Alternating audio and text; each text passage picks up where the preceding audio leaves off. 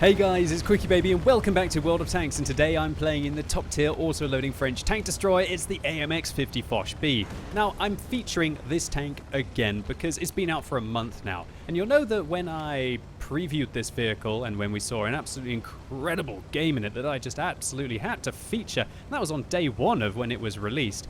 So we've had it for about a month, and during that time I was very hesitant to say whether it was going to be completely crazy good, overpowered, whether it was going to be balanced. And now we've got some statistics to look at about this vehicle. The tank has been played about 60,000-70,000 times. It's up on VB Addict, and the win ratio is about 51.5. Now that is not a bad win ratio. You might be thinking, oh well, the tank sounds like it's completely balanced, right? It's so close to 50%.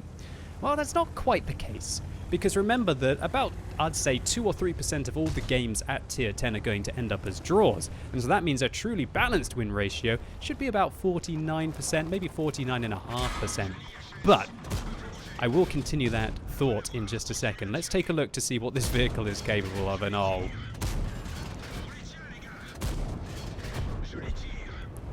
that's 2/3 of a magazine there. I didn't even need the other 2 shells. I'll fire them at the E50.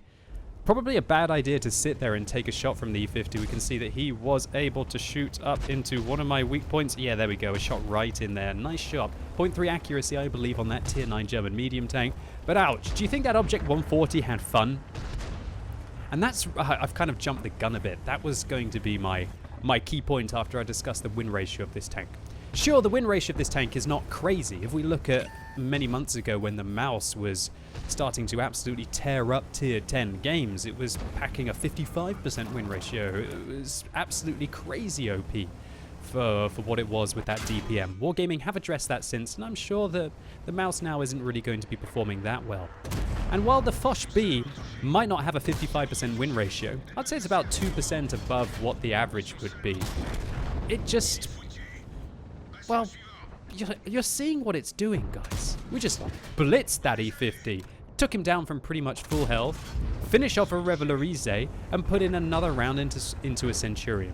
Now, I'm not saying that you're able to do this every single time in the Foch B. The game that you're going to be seeing here is the perfect scenario for the vehicle. No artillery on the enemy team. Top tier, so that means you can be a lot more aggressive with your magazine because the enemy's hit points are lower, their penetration is lower, and you've got more hit points because usually their alpha damage is a little less, right?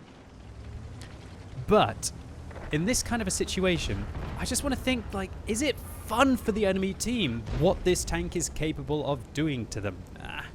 That Object 140 at the beginning, bless his cotton socks, it looks like he's struggling, but when you do have to face tanks which have such a high carry potential, or shall we say a damage potential, you can understand why people do start to get their win ratios that low, right? This thing is absolutely punishing, and since Wargaming have improved the side armor massively, it can now side scrape out, bounce a shot, force someone to bounce, and then be able to go around the corner and blitz them down.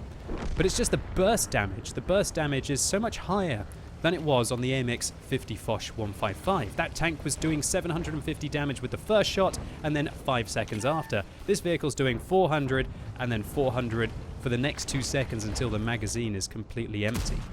Now, it's going to take you the same time to fire off the magazine, sure, but when you do that with better accuracy, better aim time, then just give people no opportunities. And I found that this vehicle does do quite well as an assault tank. If you can just keep your front to your opponents, ricochet their shells, and just go, look buddy, you're going to lose more health than me. A bit like with the T57 Heavy that you guys would have seen if you tuned into my Tech Tree showcase on Sunday. And so, while this tank... look, I'm not saying it's going to be the best at absolutely everything. There's no doubt that the penetration on its standard rounds are rather mediocre at 257. I think this has got lower penetration than even any of the tier 9 tank destroyers, to put that into perspective. But when you dab that 2 key, it does go up to 325. Now 325 certainly isn't 420 like you would have on a Jagdpanzer E100, or pretty much all of the other tier 10 tank destroyers. But I just feel that this kind of maximizing tank design where you're making such extreme vehicles, sure, you want to have some variety in the game, but is it pushing it too far? And I hope that Wargaming aren't going to be making that mistake with the release of the FV4005 Stage 2. Have you seen what it's like on the test server? I'm sitting here thinking it's Thursday. Usually they release a new iteration on a Thursday a week after the first test server. We'll have to see if that's the case. I'm expecting nerfs to the FV4005 Stage 2, but if that goes into the game how it is, it's going to be incredibly annoying to be losing more hit points than ever because people are willing to dab that 2 key and have 1,750 damage. And even if they fail to penetrate you, we're still talking about losing up to a quarter of your hit points, sometimes a third of your hit points with every shot, which is just... and they don't even have to penetrate. How can you use your armor effectively against high explosive rounds? Well, that's the Type 5 Heavy situation all over again. But I don't really want to get into that. What I want to get into is how we're going to take down this situation at the end of the game. And what you're going to see here is the first premium magazine that I got to fire in the Foch B. This replay was several weeks ago, about a week into the Foch being released.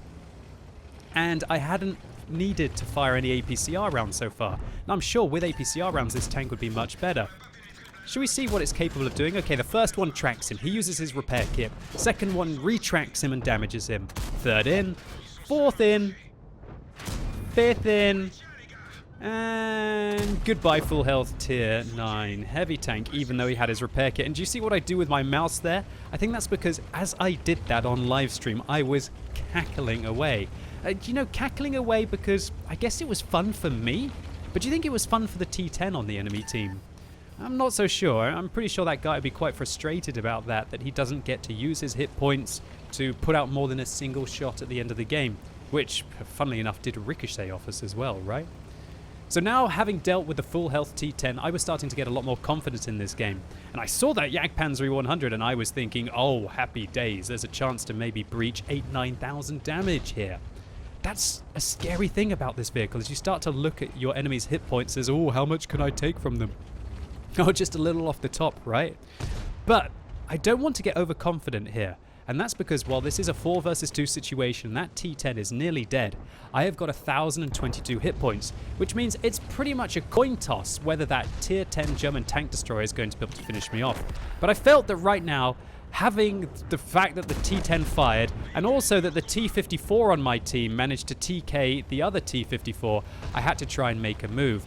Now, the Jagdpanzer 100 is doing exactly the right thing here. He's trying to take out the most damaging tank. You see, I'm wiggling. Oh, he penetrates me. And I'm really lucky that I won that coin toss. Now, I fire one into his tracks. He repairs. But this tank's just ready to go again. And you might be wondering, well, why aren't you fully unloading? Because what I'm trying to do right now is I'm trying to give this T110, just the 110, a chance to be able to flank. And it doesn't look like the 110 realized what I was trying to do, because he just sat there in the open in front of a tracked Jagdpanzer 100, who was then able to finish him off. And because of that, I've now run dry. And I'm in a very awkward situation, reloading with a Jagdpanzer E100 around that corner. But with a T54 left alive, and hopefully this FV4202 wreck that we're going to try and put into the game, we can still manage to get through this situation. So right now with 118 hit points, to all intents and purposes, if that Jagdpanzer E100 loads a high explosive round, he can shoot anywhere on my tank, and as long as it doesn't hit my gun and be absorbed on the gun, he is going to be able to kill me. He could even splash near the vehicle and also manage to take me down. And so I cannot risk to show any of my armor at any time to the tier 10 German tank destroyer. And so what my plan is, I actually tell the T54 something cheeky, something tongue-in-cheek. I say, T54, you must make the sacrifice to win the game. I think I was quite excited at this point that I was getting close, close possibly to an ace tanker in the Foch B. But we've already seen that Jagdpanzer 100 knows how to focus his targets very well. But then again, if the T54 is going to dab his 2 key, the heat pen will allow him to just spam at the front of the Jagdpanzer 100 and penetrate him from any distance. But I can't be sure that T54, maybe he's used all of his heat rounds, maybe he doesn't store any premium rounds in his tank. And so, if I allow him to go 1 versus 1 with the Jagdpanzer, I see that as a loss, right? So if I die right now, taking a risk to go after this Jagdpanzer 100, that's a massive mistake. If you're taking on a tank destroyer with a long reload, or something that doesn't have a turret, you need to try and pincer your opponent. You might see that I'm pinging the map, asking this T54, I believe the perfect thing for him to do right now would be to swing in here, force the Jagdpanzer to turn to his side, and beautiful, as if by witchcraft, that T54 is now getting it done. Come on, buddy.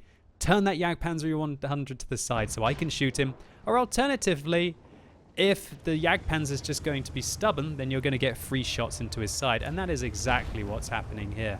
Even though that T-54 is shooting round after round at the Jagdpanzer 100, he knows that his only chance to be able to win this game is to have me panic, come round the corner, he one-shots me, and then he can turn his armor towards the T-54.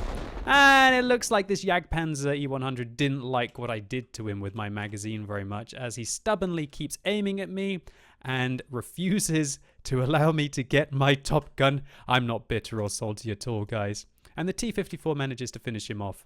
But the correct plays here, the only thing that I didn't like about this replay, apart from the fact that it was probably no fun for any of the players that I clipped on the enemy team, although arguably quite fun for me at times, but it does get boring a little bit. I haven't really played this tank after the first week of release because it's just not exciting to have to wait there for so long, and it feels that there's no back and forth play, right? But the main thing that I didn't like about this replay is when I basically flipped a coin to lose the game, and I allowed that Jagdpanzer to shoot me in my lower plate, and he should have killed me. More times out of 10, I should have died there. I should have been patient, waited, isolated the T-10, allowed the T-54 to flank, and then I could have been able to attack the Jagdpanzer at the end of the game. Although, on the other hand, if I didn't try and close the distance with him there, then it could have been risky because I would have left him on full health, maybe my friends would have tried to flank, possibly the Jagdpanzer would have been able to finish them off, and as he had 2,200 hit points at that moment of the game, there was no chance for me to be able to kill him in a single mag unless I penetrated every shell, and I also didn't low roll.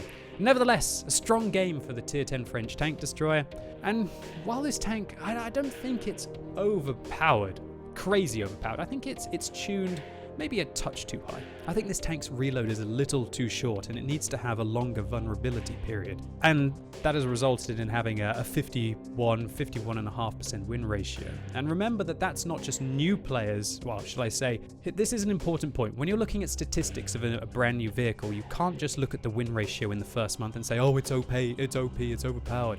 Because generally, the more experienced players, and the better ones, are going to unlock the tank faster because either they've saved up all their free experience or really keen players who want to make the tank work are going to get it.